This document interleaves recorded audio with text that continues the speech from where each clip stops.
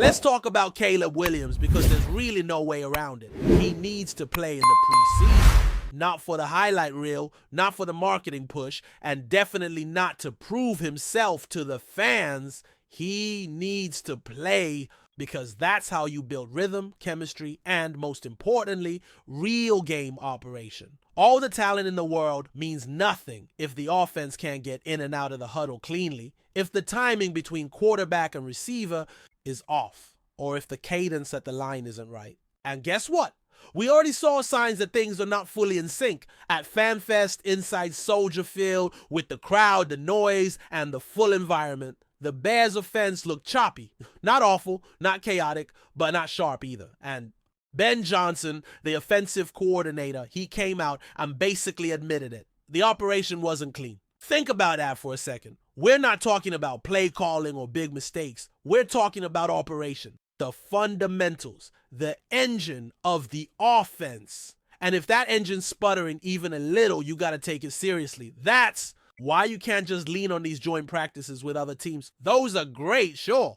High tempo, good competition, lots of reps. But there's still nothing quite like a live game. Game clock running, refs on the field, thousands of fans watching, and pressure to execute. There's no replicating that. You can't just practice your way through it. You have to experience it. That's how a quarterback gets comfortable. That's how a play caller finds rhythm. That's how an offense grows. Now, how much should Caleb play? That's where it gets interesting. I'm not saying throw the guy out there for 4 quarters and hope he survives. Let's not be reckless. But I'm saying give me at least 6 drives over 3 games. That averages to about 2 drives per game, and that's totally manageable. You want to mix it up a bit? Cool. Maybe he plays 4 series in one game and only 1 in each of the others. Or maybe he plays an entire first half once and then takes it easy in the rest. However you want to slice it, the bottom line is this. He has to get some real game reps before the lights come on for real in week 1. And here's the thing. Even if the offense is just running vanilla plays, screens, slants, handoffs, it still matters. It's not about showing your cards. It's about reps, calling a play, getting the call into the huddle, communicating it clearly, breaking the huddle on time, reading the defense, adjusting at the line. That's what preseason is for. And for a rookie quarterback in a brand new offense, those little moments add up. You do it 10, 20, 30 times in August so you're not doing it wrong in September. Plus, let's not forget, this isn't just about Caleb. It's about Ben Johnson too. New offensive coordinator, new voice in the headset, new flow. He's not calling plays for Jared Goff anymore. He's calling plays for a rookie. And that dynamic takes time to build. What does Caleb like on 3rd down? What kind of tempo gets him in rhythm? When do you push the pace? When do you slow things down? These are the questions that get answered in August. So you're not scrambling in October. I'll be honest, I'd be surprised if the Bears didn't play him at all. I think they know what's at stake, but I also don't expect them to overdo it. It'll probably be a handful of drives, just enough to get his feet wet, enough to get the operation smooth, enough to show that he can take command of the offense when it matters. And that's the key here. It's not about throwing touchdowns. It's not about lighting up the stat sheet. It's about command, ownership, flow. That's what you want to see, because if we're being real, the Bears aren't building for week 1. They're building for the next 10 years. Caleb's development is everything, and it starts right now. You can't treat him like a fragile treasure. You can't bubble wrap him all summer and then act surprised when the offense stumbles out of the gate. You have to give him chances to make mistakes, to recover, to grow.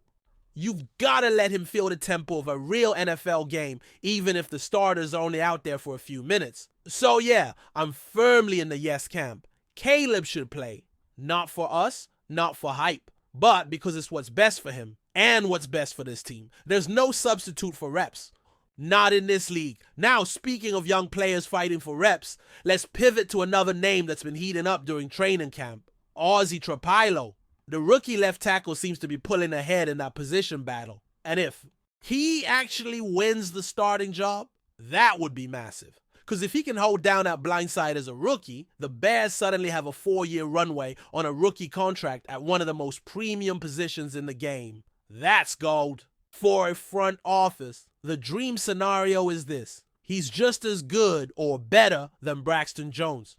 Doesn't need to be elite. Doesn't need to be a Pro Bowler. Just needs to be solid. Because if you get solid left tackle play from a second-round rookie, you now have cap flexibility for years. That opens doors. That lets you build around Caleb with smart spending elsewhere. You lock that down, and the whole puzzle gets easier to solve. But let's be clear. You don't just hand him the job because of his draft status. He's got to earn it. And from what we've seen so far, it looks like he is. Most of the first team reps in camp are going his way. Coaches aren't giving him that by accident. If anything, they're hoping he runs away with it. But again, nothing's official yet.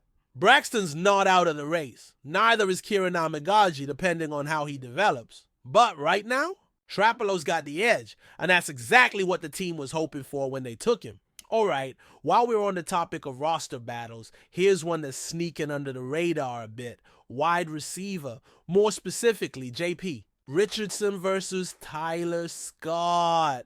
And look, I don't want to be harsh, but it feels like Tyler Scott is disappearing. Not in games, in camp.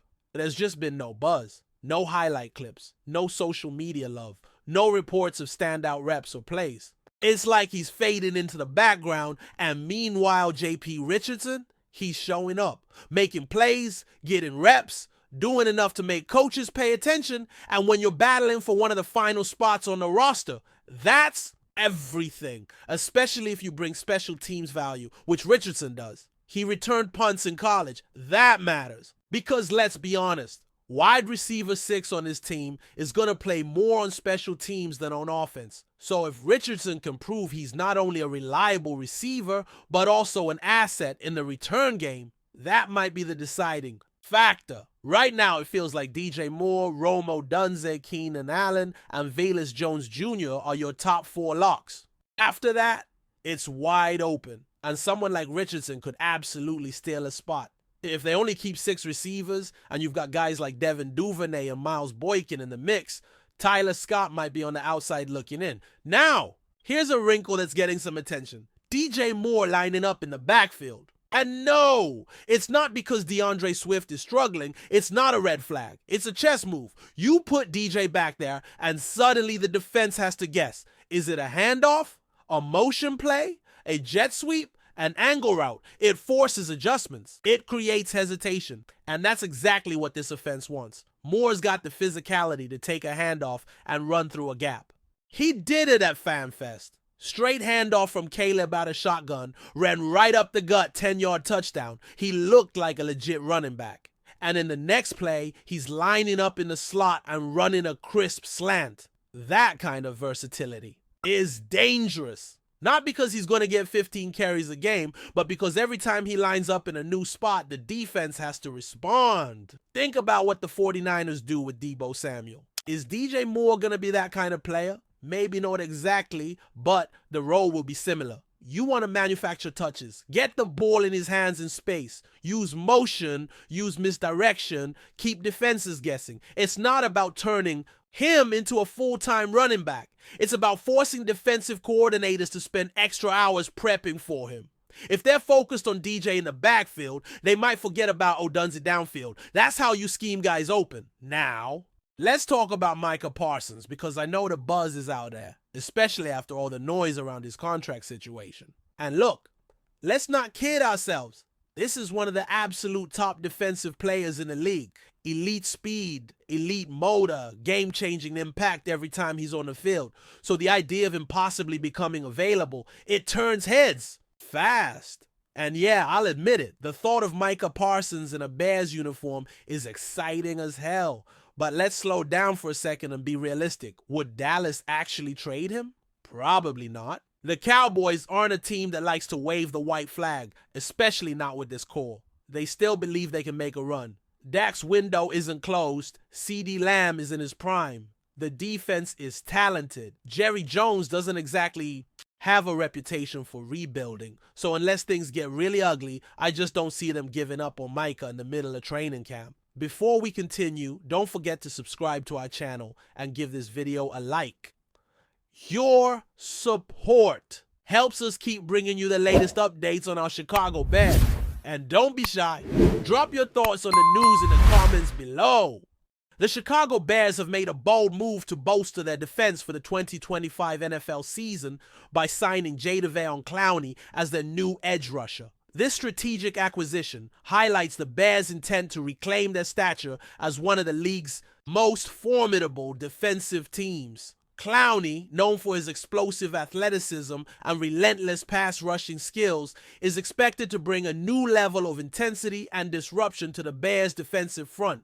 Throughout his career, CLOWNEY has demonstrated an uncanny ability to pressure quarterbacks, force turnovers, and change the momentum of games with his presence. His addition to the Bears roster signals a commitment to reinforcing their defense, which has been an area in need of improvement in recent years. Fans and analysts alike are already buzzing about the potential impact CLOWNEY could have in Chicago, especially given his experience and proven track record at the highest levels of professional football. The Bears are banking on CLOWNEY's ability to not only boost their pass rush, but also to mentor younger players and elevate their overall defensive unit's performance. As the offseason progresses, all eyes will be on how CLOWNEY fits within the Bears' defensive schemes and how quickly he adapts to his new team and environment. JADEVEON CLOWNEY's arrival in Chicago comes at a crucial time for the Bears, who are eager to make a significant leap in their defensive capabilities after several seasons of underwhelming performances. The Bears management and coaching staff have invested heavily in acquiring talent that can create pressure on opposing quarterbacks, and CLOWNEY represents a key piece of this puzzle. His ability to consistently beat offensive tackles with speed and power makes him a versatile weapon on the edge. Throughout his NFL career, CLOWNEY has been recognized for his game-changing plays, including sacks, forced fumbles, and tackles for loss, which have earned him accolades and respect from peers and coaches. The Bears' defensive coordinator will likely design schemes to maximize CLOWNEY's strengths, giving him the freedom to rush off the edge, drop into coverage, or stifle running plays on the outside. This versatility is crucial in today's NFL, where defenses must be adaptable and unpredictable to keep up with complex offensive strategies. CLOWNEY's veteran presence also provides leadership on and off the field, potentially transforming the Bears' defensive mindset and culture heading into the 2025 season. The strategic signing of JADEVEON CLOWNEY by the Chicago Bears reflects a broader trend in the NFL, where elite edge rushers are becoming the cornerstone of championship-caliber defenses. In recent years, teams with dominant pass rushers have shown a clear advantage in controlling the pace and flow of games by disrupting opposing quarterbacks and forcing quick decisions. The Bears, who have struggled to generate consistent pressure in past seasons, are now equipped with one of the league's most feared defensive playmakers. CLOWNEY's addition could also impact the Bears' defensive statistics dramatically, from increased sack totals to more turnovers and defensive stops in critical moments. Beyond statistics, his presence commands attention from opposing offenses, often requiring double teams or quick adjustments, which opens opportunities for other defenders to make plays. This ripple effect enhances the overall defensive efficiency and effectiveness. For Chicago, the signing is not just about adding talent. It's about sending a message to the league that they are serious contenders and that the defense will be a dominant force. The 2025 season is shaping up to be one of high expectations for the Bears, largely due to the influence JADEVEON CLOWNEY is anticipated to bring. As the 2025 NFL season approaches, the integration of JADEVEON CLOWNEY into the Chicago Bears defensive lineup will be closely monitored by fans, analysts, and competitors alike. The challenge for the Bears will be to effectively incorporate CLOWNEY's skill set into their defensive schemes without disrupting existing chemistry. CLOWNEY's versatility allows him to adapt to various roles, whether as a primary pass rusher or a run stopper, making him an invaluable asset in different game situations. The coaching staff's ability to leverage this flexibility will be critical to maximizing his impact on the field. Additionally, CLOWNEY's work ethic and experience will likely inspire younger players and contribute to a culture of toughness and resilience within the defensive unit. The Bears have made significant moves in recent years to strengthen their team, but this signing stands out as a major step toward building a defense capable of competing at the highest level. Chicago's fan base, known for its passion and loyalty, will eagerly anticipate seeing CLOWNEY in action, hoping his presence will translate into more wins and a playoff run. The 2025 season holds great promise, with JADEVEON CLOWNEY positioned as a key figure in the Bears' quest for defensive dominance and overall team success. The acquisition of JADEVEON CLOWNEY by the Chicago Bears represents a pivotal moment in the franchise's history, signaling a renewed commitment to excellence on the defensive side of the ball. Clowney's reputation as one of the most dynamic edge rushers in the league brings hope and excitement to a fan base hungry for impactful defensive performances. His combination of size, speed, and power is rare, and his ability to influence games at crucial moments makes him a game changer.